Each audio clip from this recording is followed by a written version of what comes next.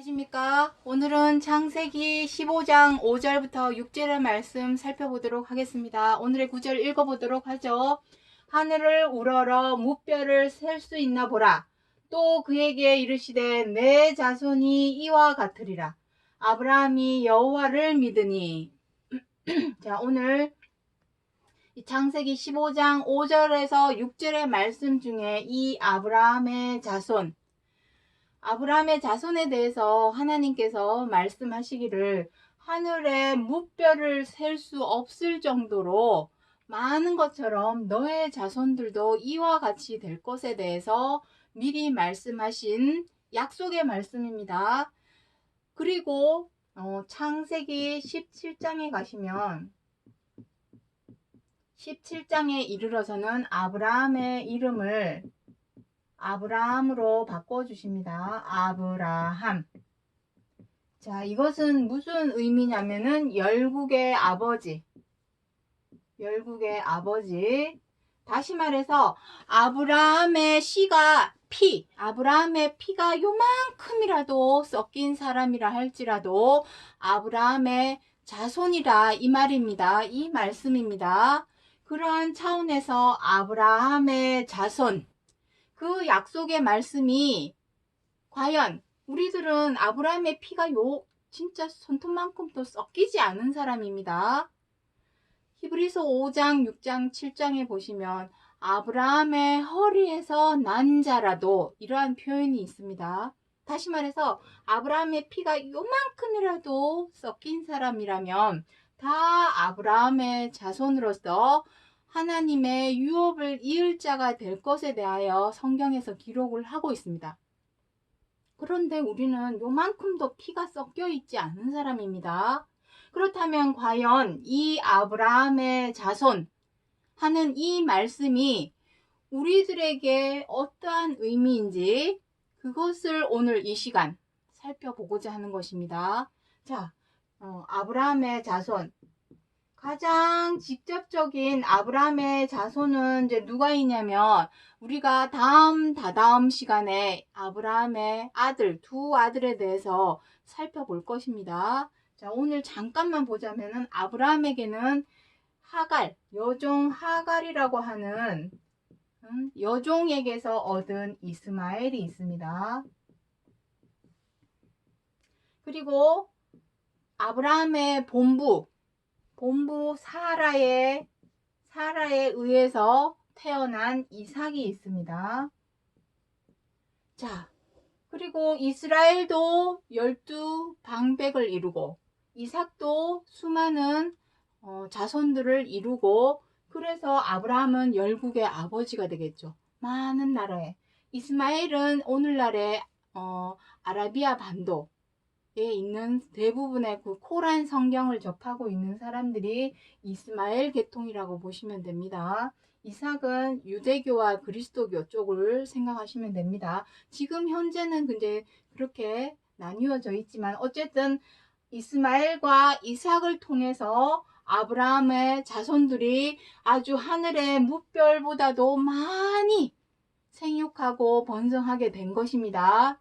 근데 이것이 이 역사적인 사건, 그것이 지금 아라비아 반도의 코란 성경을 접하고 있는 이슬람 모든 사람들, 그리고 유대교에 있는 아브라함의 혈통을 가진 사람들, 그 어떤 표면적인 그러한 뜻을 오늘 이 시간 알아보고자 하는 것이 아니라는 것입니다. 이것이 이루어질 약속의 말씀이라면, 자, 여기 이제 공간이 없어서 잠깐 지우도록 하겠습니다. 마태복음 5장 18절에 보시면 무엇이라고 기록을 하고 있냐면, 자, 마태복음 5장 18절에 보시면 하나님의 말씀에 1.1핵이라도 반드시 이루리라 하셨습니다. 다시 말해서 이 아브라함의 자손에 관하여 오늘날 우리에게 이루어질 말씀이 있다라는 것입니다.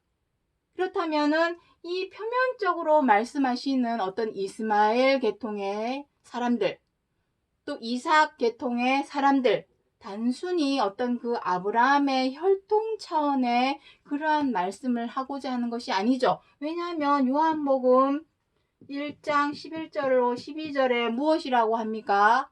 혈통으로나 안 되고, 육정으로도 안 되고, 사람의 뜻으로도 안 되고, 오직 무엇이랍니까? 하나님의 뜻으로 난 자라야. 하나님의 뜻으로 난 자라야 하나님의 자녀라 일컬음을 받는다 했습니다. 그렇다면 하나님의 뜻이 무엇이냐는 것을 우리가 알아야 한다는 것입니다. 그러한 차원에서의 어떤 표면적인 아브라함의 자손, 그것은 이제 우리에게 아무런 의미가 없다라는 것입니다. 그 속에 담겨 있는 온전하고 완전한 차명상의 아브라함의 자손이 과연 무엇인가? 그것을 우리가 오늘 이 시간 살펴보고자 하여서 하는 방송이니까 잘 귀 기울여서 들어주시기 바랍니다. 자, 먼저 갈라디아서 4장 22절부터 24절 말씀 보도록 하겠습니다.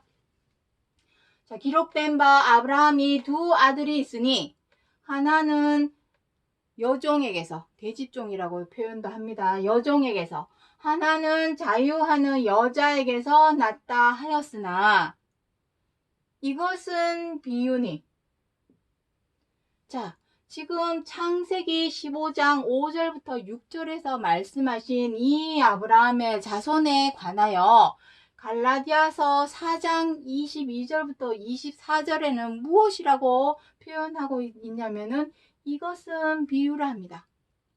다시 말해서 이 아브라함의 자손에 관하여 우리가 반드시 알아야 할 참뜻, 참실체, 차명상이 있다라는 것입니다. 이거는 표면적인 것에 불과하다는 것이죠.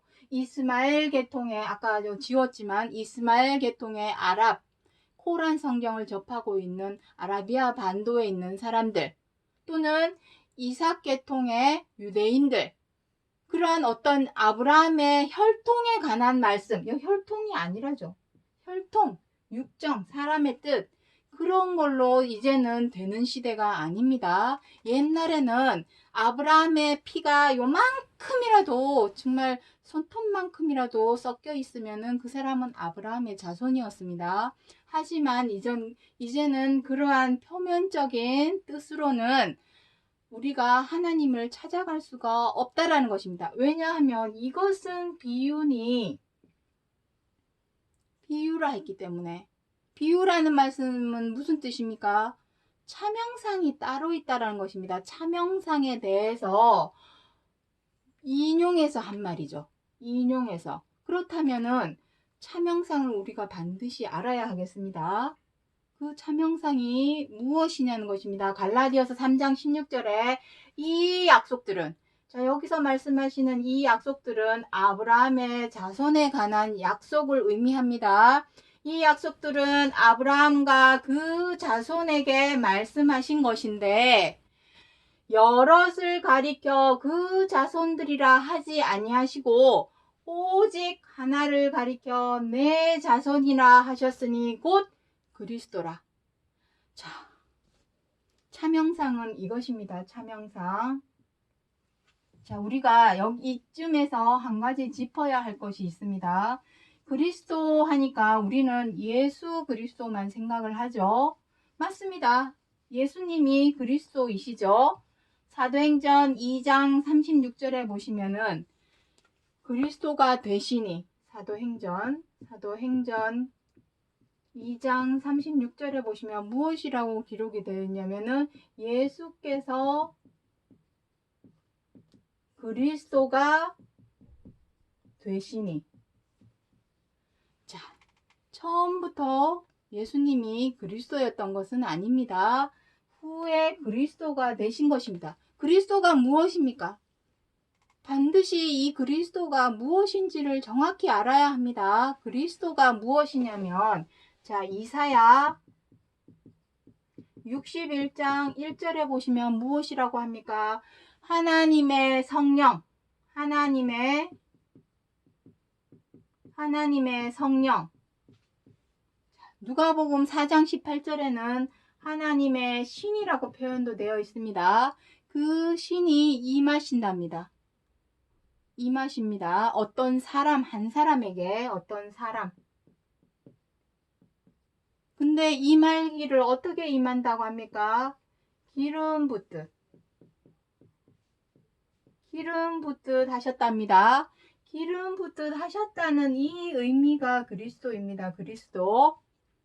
그렇다면 이 한 사람은 누굽니까? 알고 봤더니 나중에 시간이 흐르고 나서 누구였습니까? 예수님이었죠. 한 사람.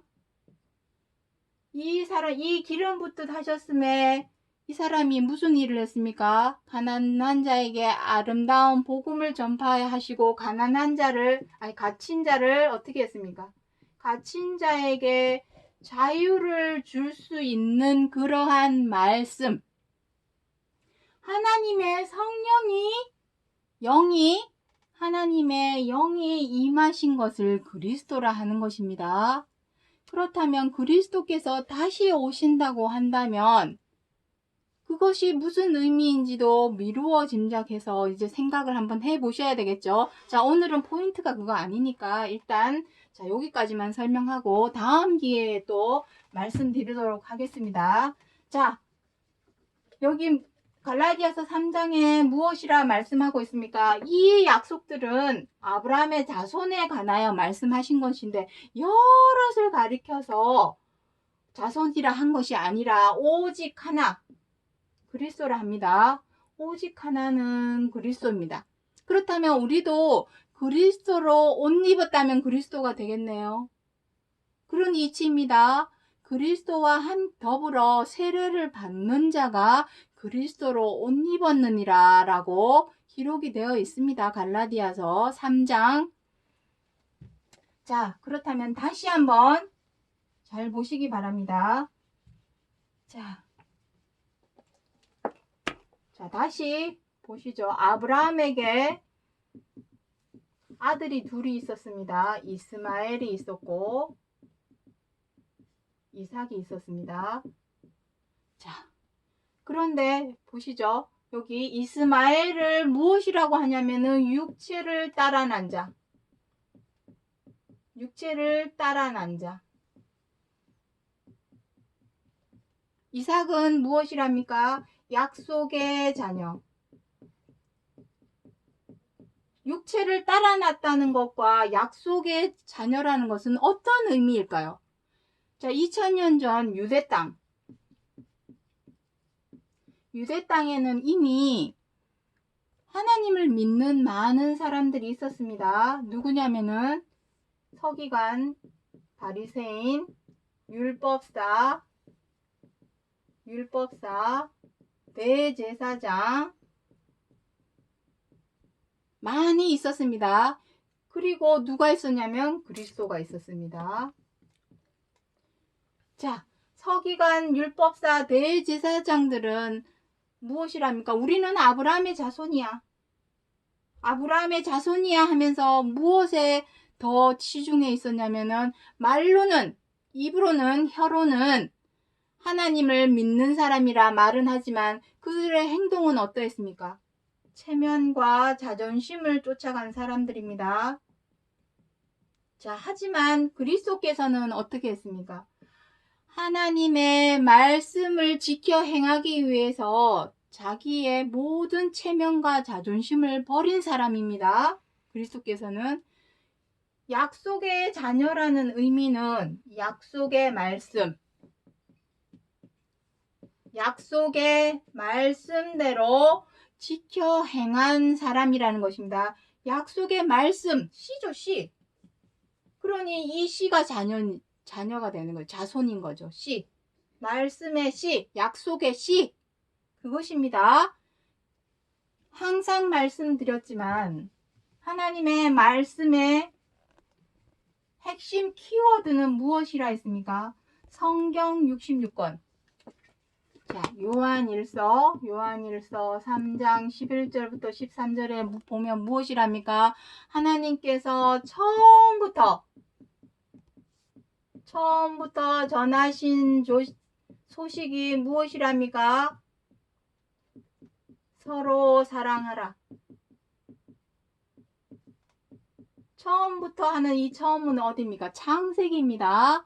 창세기서부터 하나님께서 전하신 소식은 오직 서로 사랑하라. 이것이었고, 예수님도 사복음서에서 항상 산에서, 동산에서, 바닷가에서, 어디서 있든지, 회당에서, 성전에서, 어디에서든지 그리스도께서 전하신 말씀은 무엇입니까? 최고한 계명, 서로 사랑하라. 이것입니다. 최고한 계명. 그리고 사도 바울은 로마서 13장에서 완전한 율법이 바로 서로 사랑하라라고 표현을 하고 있습니다. 완전한 율법. 그 말씀대로 지켜 행하는 자라야 약속의 자녀, 진정한 아브라함의 자손이라는 것을 창세기 15장에서부터 미리 말씀하신 것입니다. 그러니 이것을 표면적으로 어떤 역사적인 사실, 사건의 차원에서만 바라본다면 이건 성경책은 그냥 역사책이지 예언서가 아니죠. 이미 아라비아 반도에 가면은 코란 성경을 접하는 수많은 아브라함의 자손들 많이 있습니다. 거기 가면은. 그리고 이삭 계통의 유대인들도 거기 많이 있습니다.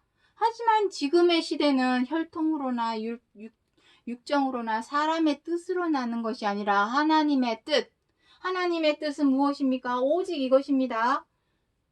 서로 사람이 서로 사랑하기를 바라는 것이 하나님의 뜻입니다. 이 뜻대로 처음으로 난 자가 오직 그리스도 한 분이었습니다. 그 당시에 군중 심리로 다 어떻게 했습니까? 그리스도를 때리고 미워하고 비방하고 침뱉고 결국에는 십자가에 못 박게 죽게 만들었습니다. 하지만 그리스도께서는 어떻게 했습니까? 똑같이 되어서 싸우고 때리고 침뱉고 한 것이 아니라 묵묵히 있었죠. 왜냐? 이 입술로 범죄치 않으려고 잠잠히 계시기만 했죠.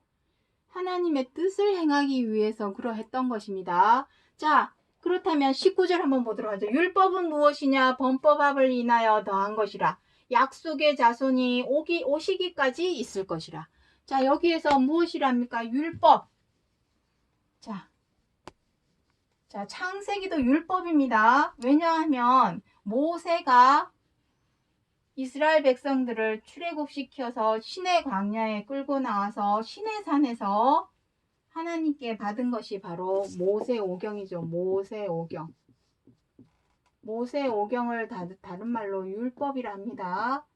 그 율법 안에는 창세기도 들어있습니다. 창세기, 출애굽기, 레위기, 민수기, 신명기. 자, 이렇게 있습니다. 이 율법 안에 이렇게 아브라함의 자손에 관하여 미리 기록하신 것은 이유가 무엇입니까? 약속의 자손이 오기까지는 시간이 너무 오래 걸리기 때문에 그 오래 걸리는 시간이 100년, 200년이 아닙니다. 무려 4000년. 창세기가 기록되고 그리스도가 나타나기까지는 4000년이라고 하는 시간이 걸렸습니다. 4000년. 그렇다면 그 약속의 자손이 오기까지는 사람들을 묶어두어야 할 곳이 필요했죠. 그것이 바로 이 율법입니다. 율법은 무엇입니까? 범법함. 법을 범하기 때문에 사람이 자꾸만 죄를 짓기 때문에 죄 짓지 않게 하기 위해서 이렇게 해라 저렇게 해라 이렇게 하면 안 된다 저렇게 하면 안 된다라고 기록하고 있는 것이 율법입니다.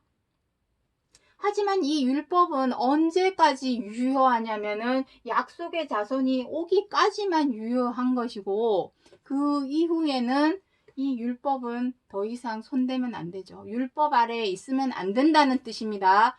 율법이 무엇입니까?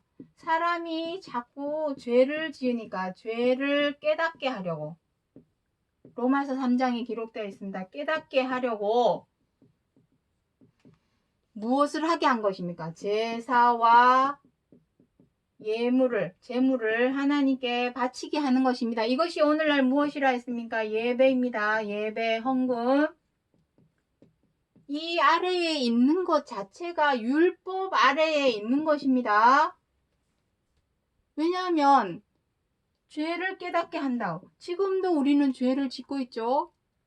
마음에 안 들면 미워하고 원망하고, 못마땅하면 비방하고 해방하고, 언짢아지면 함부로 대하고 갑질하는 행동으로 아직도 우리는 하고 있습니다. 죄죠, 죄. 죄 아래 있다라는 말은 율법 아래 있다는 것입니다. 더는 죄를 행하지 말아야 되는데, 죄를 행하니까 어떻게 합니까? 하나님 앞에 가서 하나님 죄 용서하여 주옵소서. 주기도문에도 나와 있죠. 우리의 죄를 용서하여 주옵소서. 죄가 없다면 더 이상 주기도문을 외울 필요도 없겠죠.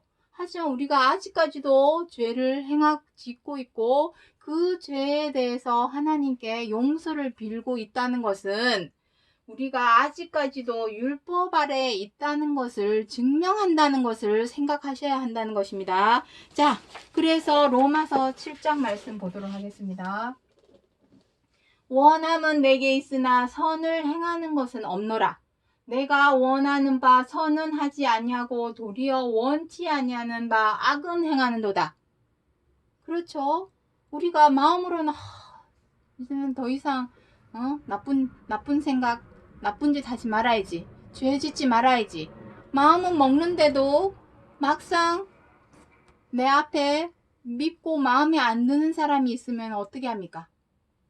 흉보고 욕하고 마녀 사냥하듯이 잡고 왕따 시키고, 그게 다 죄입니다.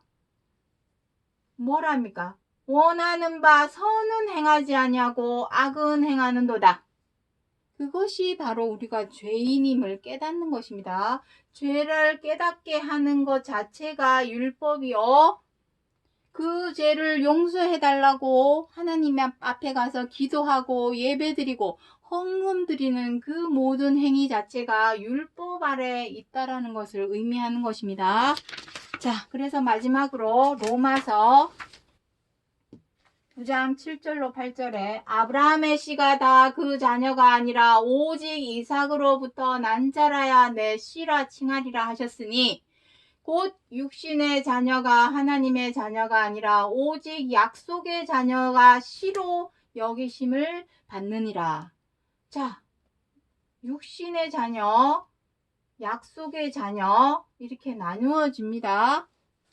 자, 아까 전에 이스마엘과 이삭의 관계 설명을 드렸죠. 우리가 다다음 시간에 이 이스마엘과 이삭의 관계에 대해서 더 자세히 설명을 드리겠지만, 이제는 혈통으로 났다고 해서 아브라함의 혈통, 피가 요만큼이라고 섞였다고 해서 아브라함의 자손이라 일컫는 것이 아닙니다. 왜냐하면 내가 누군데, 사람의 심리가 내가 아브라함의 자손인데 너 감히 체면과 자존심을 세우게 되어 있습니다. 혈통으로만 바라보는, 우리가 지금 세상에서 우리가 봐왔지 않습니까? 혈통만 내세우게 되면 우리 사람의 DNA는 체면과 자존심을 내세우게 됩니다. 그래서 조금만 못마땅해지면 함부로 대하게 되고 상대방을, 왜냐하면 아래로 보니까 내가 아브라함의 자손인데 마음이 상석에 앉아있기 때문에 다른 사람들을 아래로 보기 때문입니다. 하지만 하나님의 뜻은 절대로 다른 사람을 아래로 보아서는 하나님의 나라를 유업으로 이룰 수가 없습니다.